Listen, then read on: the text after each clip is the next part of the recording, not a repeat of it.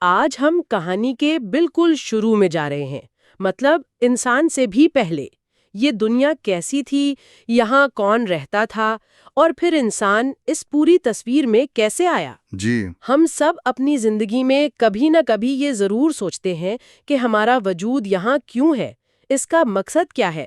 تو آج ہم اسی مقصد کی کہانی کو اس کی ابتدا سے سمجھنے کی کوشش کریں گے۔ بالکل، اور یہ صرف ایک تاریخی قصہ نہیں ہے، یہ دراصل نیکی اور بدی، اطاعت اور بغاوت اور توبہ اور معافی کی وہ پہلی کہانی ہے جس کی گونج آج بھی ہر انسان کے اندر سنائی دیتی ہے۔ صحیح۔ ہم دیکھیں گے کہ انسان سے پہلے زمین پر کیا چل رہا تھا اور پھر اس نئی مخلوق یعنی انسان کی ضرورت کیوں پیش آئی۔ چلیں پھر اس کو کھولتے ہیں، کائنات کی ابتدا سے شروع کرتے ہیں۔ کیا یہ سب کچھ، یہ آسمان، یہ زمین، یہ ہمیشہ سے ایسے ہی تھے؟ نہیں، ہر چیز کی ایک ابتدا ہے۔ روایات بتاتی ہیں کہ اللہ تعالیٰ نے آسمانوں اور زمین کو 6 ادوار میں تخلیق کیا اور اس وقت اس کا عرش پانی پر تھا۔ یعنی طاقت کی سب سے پہلی نشانی وہ پانی پر تھی۔ جی، یہ تو ایک بہت گہری تصویر بنتی ہے۔ تو پھر سب سے پہلے کیا بنائی گئی؟ سب سے پہلے پانی اور پھر اس پر عرش قائم ہوا۔ اس کے بعد قلم کو پیدا کیا گیا اور اسے حکم دیا گیا کہ لکھو۔ کیا لکھو؟ ہر وہ چیز جو قیامت تک ہونے والی ہے، یہ سب کچھ لوح محفوظ پر لکھ دیا گیا۔ اچھا۔ اور یہ سارا عمل آسمانوں اور زمین کی تخلیق سے بھی 50,000 سال پہلے مکمل ہو چکا تھا۔ ایک منٹ، اس پر ذرا رکتے ہیں۔ یہ تو تقدیر کا ایک بہت بڑا تصور ہے، یعنی کہکشاؤں کے بننے سے لے کر ہماری آج کی اس گفتگو تک سب کچھ پہلے سے لکھا ہوا تھا۔ جی ہاں، اور یہی تصور اس پوری کہانی کے مرکز میں ہے کہ ایک عظیم منصوبہ پہلے سے موجود ہے۔ ٹھیک ہے۔ اس منصوبے کے تحت جب زمین بنائی گئی تو سوال یہ تھا کہ اسے آباد کون کرے گا؟ اور یہاں انسان تصویر میں نہیں آتا، کم از کم ابھی نہیں۔ ابھی نہیں۔ تو ہم سے پہلے یہاں کون تھا؟ ہم سے پہلے زمین پر جنات آباد تھے۔ انہیں انسان کی تخلیق سے تقریباً 2000 سال قبل دہکتی ہوئی آگ سے پیدا کیا گیا تھا۔ آگ سے؟ جی، اور ان کے پاس بھی عقل اور ارادہ تھا، بالکل انسانوں کی طرح۔ لیکن ان کا تجربہ کامیاب نہیں رہا۔ ٹھیک ہے۔ ذرائع بتاتے ہیں کہ ان میں فتنہ و فساد بہت بڑھ گیا تھا۔ بالکل، ان کا اختیار ان کی سرکشی بن گیا۔ زمین پر خون ریزی اور نافرمانی وہ بہت عام ہو گئی۔ تو جب یہ حد سے بڑھ گیا تو پھر فرشتوں کا ایک لشکر بھیجا گیا جس نے ان سے جنگ کی۔ تو کیا تمام جنات ختم کر دیے گئے؟ نہیں، انہیں شکست ہوئی۔ جو بچ گئے وہ دور دراز جزیروں، سمندروں اور ویران علاقوں میں پناہ لینے پر مجبور ہو گئے۔ اچھا۔ شاید اسی لیے آج بھی ان کا تصور ویرانوں اور سنسان جگہوں سے جڑا ہوا ہے۔ یہ بہت دلچسپ ہے، یعنی ایک باشعور مخلوق کا پہلا تجربہ ناکام ہو گیا۔ جی، ویسے جب ہم زمین کے قدیم تاریخ کی بات کرتے ہیں تو ایک اور مخلوق ذہن میں آتی ہے، ڈائنوسورز۔ اچھا۔ سائنسی ریکارڈ ہمیں بتاتا ہے کہ لاکھوں سال تک ان کا راج تھا۔ تو ایک طرف مذہبی روایات میں جنات ہیں، دوسری طرف سائنس میں ڈائنوسورز۔ کیا یہ دونوں نظریات ایک ساتھ چل سکتے ہیں؟ یہ ایک بہترین سوال ہے، اور بہت سے علماء کا خیال ہے کہ ان میں کوئی تضاد نہیں ہے۔ اچھا، وہ کیسے؟ دیکھیں، قرآن یا احادیث یہ نہیں کہتی کہ جنات کے علاوہ کوئی اور مخلوق نہیں تھی۔ ہو سکتا ہے ڈائناسورز اور دوسرے قدیم جانور جنات کے دور سے بھی پہلے موجود ہوں، یا شاید ان کے ساتھی ہوں۔ لیکن ان میں فرق تھا؟ بالکل، وہ غیر عاقل مخلوق تھے، یعنی ان کے پاس سوچنے، سمجھنے اور انتخاب کرنے کی وہ صلاحیت نہیں تھی جو جنات اور انسانوں کو دی گئی۔ تو زمین پر باشعور مخلوق کا پہلا تجربہ جنات تھے جو ناکام رہا۔ ٹھیک ہے، تو ایک تجربہ ناکام ہوا، زمین افراتفری کا شکار ہے۔ اب ایک نئے منصوبے کی باری ہے، ایک نئی مخلوق کی۔ یہاں سے حضرت آدم علیہ السلام کی کہانی شروع ہوتی ہے۔ جی، اور ان کی تخلیق کا عمل بھی بہت مرحلہ وار اور حکمت سے بھرا ہے۔ روایات کے مطابق تخلیق کا عمل ہفتے کے دنوں پر پھیلا ہوا تھا۔ ایک دن مٹی بنی، ایک دن پہاڑ، پھر درخت، یہاں تک کہ جمعے کے دن عصر کے بعد دن کے آخری حصے میں حضرت آدم کو تخلیق کیا گیا۔ جی، اور یہ کوئی عام مٹی نہیں تھی، بلکہ یہ ایک ایسی مٹی تھی جس میں زمین کے ہر حصے کی خصوصیات شامل تھیں۔ یعنی اس میں ہر قسم کی مٹی تھی؟ جی، سفید، کالی، سرخ، نرم، سخت؟ بالکل، سفید، سیاہ، سرخ، زرد، نرم، سخت۔ یہاں تک کہ میٹھی اور کڑوی بھی، اور یہی وجہ ہے کہ ان کی اولاد یعنی ہم تمام انسانوں میں رنگ، مزاج اور طبیعت کا اتنا فرق پایا جاتا ہے۔ واہ، یہ تنوع ہماری ابتدا میں ہی ڈال دیا گیا تھا۔ یہ تو کمال کی بات ہے، یعنی ہماری شخصیت کی بنیاد زمین کی مٹی میں ہے۔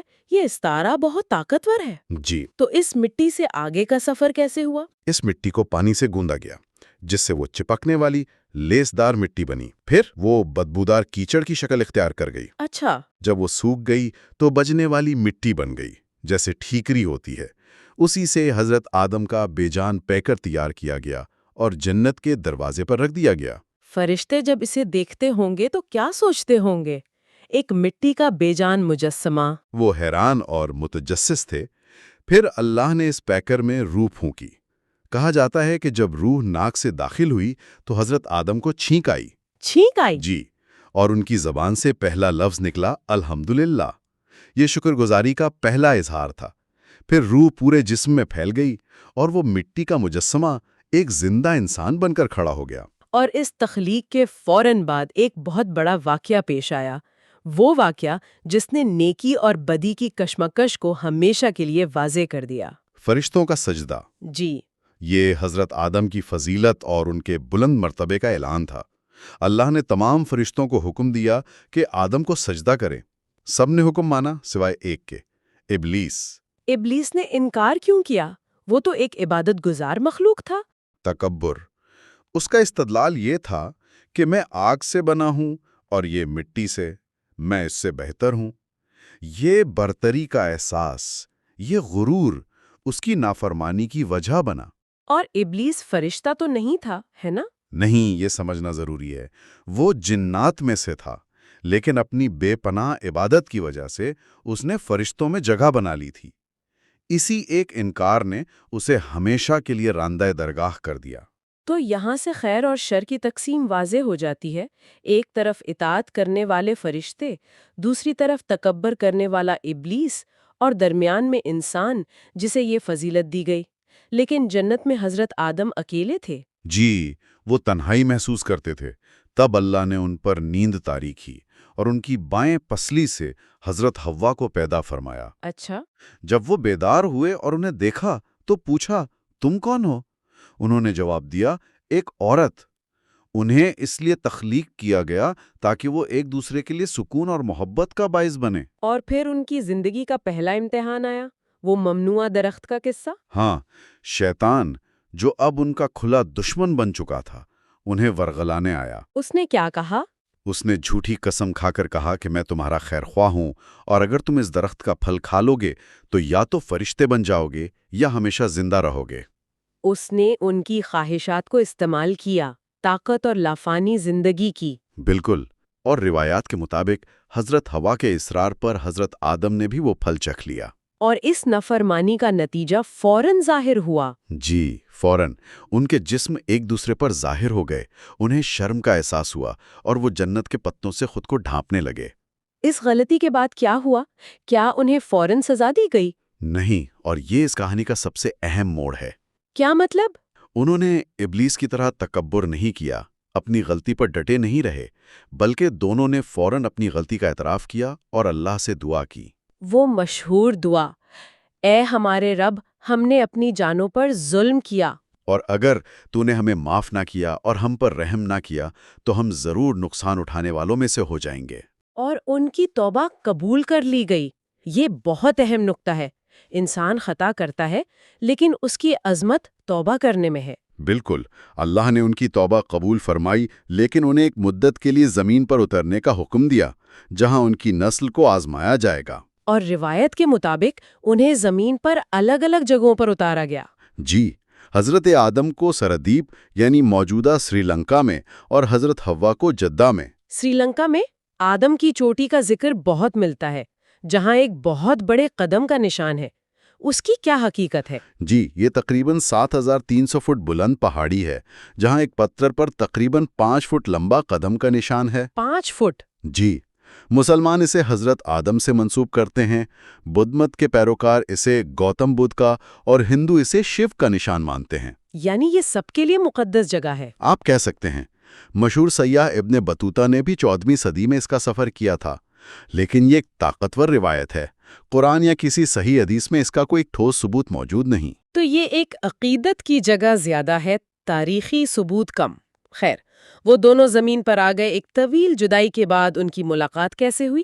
حضرت جبرائیل علیہ السلام نے عرفات کے میدان میں ان کی ملاقات کروائی۔ عرفات کا مطلب ہی پہچاننا ہے۔ اچھا۔ زمین پر آنے کے بعد حضرت آدم نے ایک عبادت گاہ کی درخواست کی جس پر انہیں خانہ کعبہ کی بنیاد رکھنے کا حکم ملا۔ یہاں سے زمین پر انسانی معاشرے کا آغاز ہوا۔ اور اس معاشرے کے آغاز میں ہی انسانی تاریخ کا سب سے المناک واقعہ پیش آیا، پہلا قتل، حابیل اور قابیل کا قصہ۔ جی، یہ حسد کا نتیجہ تھا۔ دونوں بھائیوں نے اللہ کے حضور قربانی پیش کی۔ حابیل جو زیادہ متقی تھے، ان کی قربانی قبول ہو گئی، لیکن قابیل کی نہیں۔ اور قابیل نے اس فیصلے کو قبول کرنے کے بجائے اپنے بھائی کو ہی دشمن سمجھ لیا۔ ہاں، حسد نے اسے اندھا کر دیا۔ اس نے حابیل کو قتل کر دیا۔ یہ زمین پر پہلا انسانی قتل تھا۔ اس کے بعد وہ پریشان تھا کہ اس لاش کا کیا کرے، اسے سمجھ نہیں آ رہا تھا۔ بالکل، وہ نہیں جانتا تھا کہ کیا کرنا ہے۔ تو اس نے دفنانے کا طریقہ کیسے سیکھا؟ اللہ نے ایک کوہ بھیجا۔ اس کوے نے زمین کھود کر ایک دوسرے مردہ کوے کو اس میں دفن کر دیا۔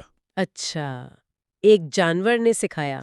جی، یہ منظر دیکھ کر قابل کو احساس ہوا اور اس نے بھی زمین کھود کر اپنے بھائی کو دفن کیا۔ یہ انسان کی پہلی سیکھ تھی کہ مرنے والوں کی عزت کیسے کی جائے۔ اس واقعے نے حضرت آدم کو بہت غمگین کیا ہوگا، لیکن پھر انہیں حضرت شیث علیہ السلام کی صورت میں ایک اور بیٹا عطا کیا گیا، جن کا مطلب ہے اللہ کا تحفہ۔ جی، اور انہی سے انبیاء کا سلسلہ آگے بڑھا۔ روایات کے مطابق حضرت آدم اور حضرت نوح کے درمیان تقریباً 1200 سال کا فاصلہ تھا، اور اسی طرح یہ سلسلہ آخری نبی صلی اللہ علیہ وسلم تک پہنچا۔ جب ہم اس پوری کہانی کو دیکھتے ہیں تو اللہ کی تخلیقی قدرت کا ایک پہلو بہت نمایاں ہو کر سامنے آتا ہے کہ انسان کو پیدا کرنے کا صرف ایک طریقہ نہیں تھا۔ یہ ایک بہت ہی گہرا نقطہ ہے۔ اللہ نے اپنی مکمل قدرت دکھانے کے لیے انسان کو 4 مختلف طریقوں سے پیدا کیا۔ 4 طریقوں سے؟ جی، پہلا بغیر مرد اور عورت کے، صرف مٹی سے، یعنی حضرت آدم۔ ٹھیک ہے۔ دوسرا صرف مرد سے بغیر عورت کے، یعنی حضرت حوا جو حضرت آدم کی پسلی سے پیدا ہوئیں۔ صحیح۔ اور تیسرا صرف عورت سے بغیر مرد کے، یعنی حضرت عیسیٰ علیہ السلام۔ اور چوتھا مرد اور عورت دونوں کے ملاپ سے، یعنی ہم باقی تمام انسان۔ یہ تنوع اس بات کا اعلان ہے کہ وہ کسی ایک طریقے کا پابند نہیں، اس کی قدرت ہر قید سے آزاد ہے۔ تو اگر ہم اس سالی گفتگو کا خلاصہ کریں تو انسانیت کا آغاز ایک عظیم منصوبے کا حصہ تھا۔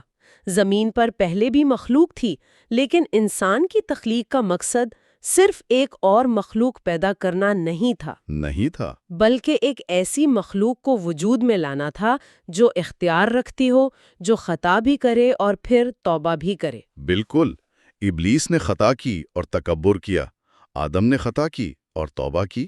یہی انسان کا امتحان ہے۔ صحیح۔ اور آخر میں ہمارے سننے والوں کے لیے سوچنے کے لیے خیال یہ ہے کہ حضرت آدم کی کہانی صرف پہلے انسان کی کہانی نہیں ہے، بلکہ یہ ہر انسان کے سفر کا ایک نمونہ ہے۔